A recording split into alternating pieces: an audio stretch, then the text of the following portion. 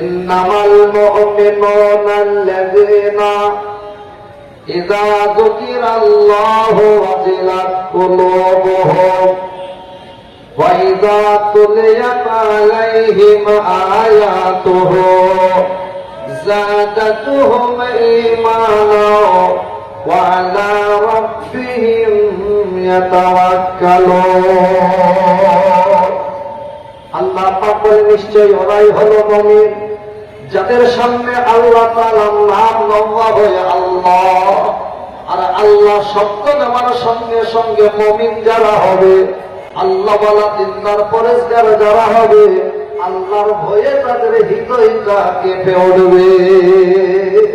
আল্লাহ আল্লাহ এই শব্দ যখন তাদের সামনে উচ্চারিত হবে মুমিনদের হৃদয়টা আল্লাহর ভয়ে কেঁপে উঠবে। আর মানুষের মুখ থেকে যখন আল্লাহর প্রশংসা শুনবে তখন অন্তরটা খুশি ভরপুর হবে। ওয়াইদা তুলিয়াত আলাইহিম আয়াতুহু যাদাতুহুম ঈমানা وعلى ربهم يتوكلون আল্লাহ পাক বলেন হলো মুমিন যাদের সামনে কোরআন এবং হাদিসের আলোচনা করা হবে মুমিন বান্দারা কোরআন হাদিসের কথা তারা যত শ্রবণ করবে যাকাতুহুম ঈমানা তাদের তত ঈমানি পাওয়ার আমার আল্লাহ বাড়িয়ে দিবে। বলুন সুবহানাল্লাহ। ওয়ালা রাব্বিহিম ইয়াতাওয়াক্কালুন আর মুমিন যারা হবে আল্লাহর প্রতি তারা ভরসা করবে। বলুন সুবহানাল্লাহ। ঈমান কি জিনিস? ঈমান আল্লাহর কাছে সবচেয়ে দামি বাত, যে ঈমানের জন্য নবী মুহাম্মদুর রাসূলুল্লাহ সাল্লাল্লাহু আলাইহি ওয়াসাল্লাম তিনি চরম মেহনত করে কিসের পর ঈমানের জন্য, ঈমানকে মজবুত করার জন্য সাহাবায়ে কিরামগণ চরম মেহনত করেছেন।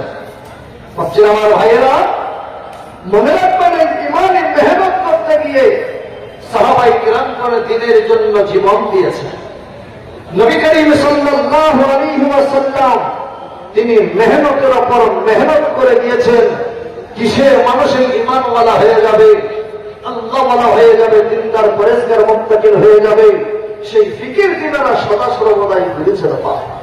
আর সেই মেহনতে যোগ দেওয়ার জন্য নবী মুহাম্মদুর রাসূলুল্লাহ সাল্লাল্লাহু আলাইহি সাল্লামের সাহাবায়ে কিরামগণ তিনারা সহযোগিতা করেছেন।